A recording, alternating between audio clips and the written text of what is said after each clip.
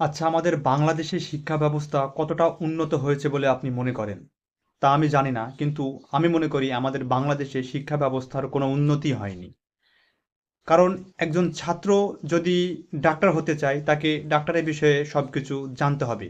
কিন্তু সেই ছাত্রটা যদি কাজী নজরুলের জন্ম কত সালে হলো, সে কোন কবিতা লিখলো, রবীন্দ্রনাথ কত সালে জন্ম হলো, মৃত্যু হলো, কোন কবিতা লিখলো, কোনটা নোবেল পেলো, কোনটাতে কোন সাহিত্যে কি পুরস্কার পেলো, এই বিষয়ে যদি সে জানে, তাহলে সেই ছাত্রটা ডাক্তার হবে এবং বাস্তব জীবনে কি করবে। আপনারা দেখছেন এবং জানছেন যে আমাদের বাংলাদেশে অনেক ডাক্তার যারা আছে, অধিকাংশ মানুষই কিন্তু চিকিৎসা নিতে গিয়ে, ভুল চিকিৎসা নিতে গিয়ে মারা যাচ্ছে। আসলে আমাদের বাংলাদেশে শিক্ষা আছে, সুশিক্ষা আছে, কিন্তু বাস্তব জীবনে যেটা প্রয়োজন সেই শিক্ষার কোনো কারিগরি শিক্ষা আমাদের এই দেশে নেই। কথাগুলো এ কারণেই বলতেছি, কারণ আমাদের দেশের শিক্ষা ব্যবস্থায় এমন একটি জিনিস শেখায়, সেটা হচ্ছে মুখস্থ বিদ্যা, মানে অন্যের দাসত্ব করা। মুখস্থ বিদ্যা, আমি পড়াশোনা করতেছি, পড়াশোনা করে রচনা, প্যারাগ্রাফ, ইংলিশ প্যারাগ্রাফ, এটা ওটা যেগুলো মুখস্থ করছি, এই যে মুখস্থ বিদ্যাগুলো শুধু পরীক্ষার খাতাতে আমি লিখতেছি, কিন্তু এই লেখার পর আমার বাস্তব জীবনে যেটা প্রয়োজন সেটা তো আমি এটা প্রয়োগ করতে পারছি না, কারণ মুখস্থ বিদ্যা তো বেশি দিন মনে থাকে না। প্রয়োজনে যতদিন প্রয়োজন পরীক্ষার হল পর্যন্ত, তারপরে কিন্তু এটা বাস্তব জীবনে কোনো কাজে আসে না। একজন ছাত্র এসএসসি পরীক্ষা দেওয়ার পরও কিন্তু দেখবেন যে অনেক সময় রিডিং বাংলা পড়তে পারে না, ইংরেজি তো দূরের কথা।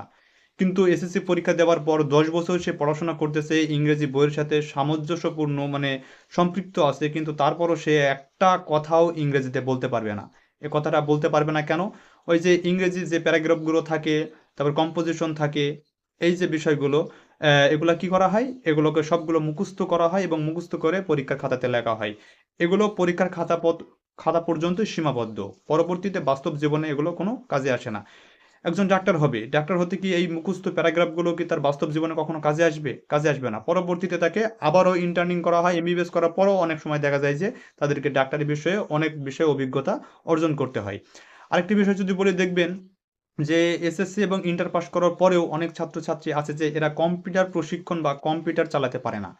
এটা কিন্তু বর্তমান স্মার্ট এবং ডিজিটাল যুগ হিসেবে একজন ছাত্রছাত্রীকে কম্পিউটার শিক্ষা জানা অত্যন্ত গুরুত্বপূর্ণ এবং খুবই প্রয়োজনীয়। কিন্তু আমরা কেউই এ বিষয়ে অবগত নাই, আমরা এগুলো জানি না এবং এগুলোর জন্য প্রয়োজনীয়ভাবে আলাদাভাবে আবার প্রশিক্ষণ নিতে হয়। তাহলে এই যে 10 থেকে 12 বছর পড়াশোনা করছি এবং এগুলো আমরা শিখতেছি, বইয়ের সাথে সম্পৃক্ত থাকতেছি, আমাদের আইসিটি শিক্ষক এবং আমাদের ইংলিশ শিক্ষক এ যারা থাকে, আমরা কেন ইংরেজি পড়াগুলো বলতে পারছি না? আমরা কেন 10 থেকে 12 বছর পড়াশোনা করার পর আমরা কেন একটা কম্পিউটার ওপেন অন এটা শিখতে পারি না? অধিকাংশ ছাত্রই কিন্তু এগুলো জানে না।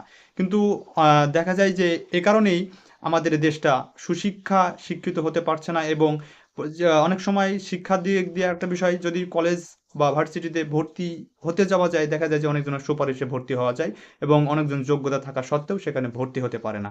তাহলে আমাদের বাংলাদেশের সুশিক্ষা কোথায় আছে? সুশিক্ষা তো এই দেশে নেই। তবে আরেকটি বিষয় লক্ষ্য করলে দেখবেন যে এই দেশটা হয়ে গেছে দুর্নীতির দেশ এবং মানুষের শিক্ষার এবং মেধার কোনো মূল্য নেই।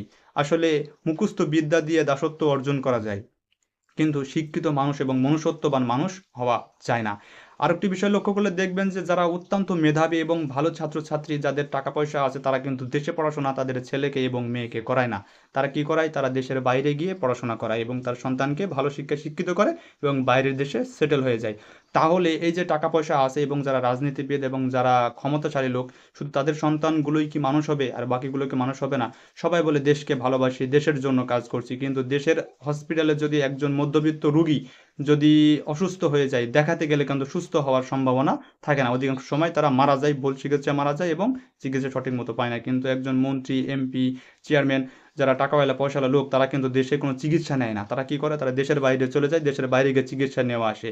তাহলে এইসব লোকগুলো যদি, যারা দেশত্ববোধ দেখায়, যারা দেশের প্রতি ভালোবাসা দেখায়, তারা যদি দেশে চিকিৎসা না নিয়ে বাইরের রাষ্ট্রে গিয়ে যে চিকিৎসা নেয়, তাহলে সেই দেশে কতটা উন্নতি হয়েছে এবং সেই দেশের মানুষ কতটা শিক্ষিত হয়েছে আপনারা একটু ভেবে দেখুন। আমাদের বাংলাদেশে শুধু মুখস্থ বিদ্যা চলে আর টাকা পয়সা এবং রাজনৈতিক পাওয়ার চলে, কিন্তু আসল এবং সঠিক কথা যদি যে মানুষটি বলবে এবং যে কথাটি তুলে ধরবে, তাকে সেখান থেকে সরিয়ে দেওয়া হবে। এটা হচ্ছে বাংলাদেশের মূল বিষয়।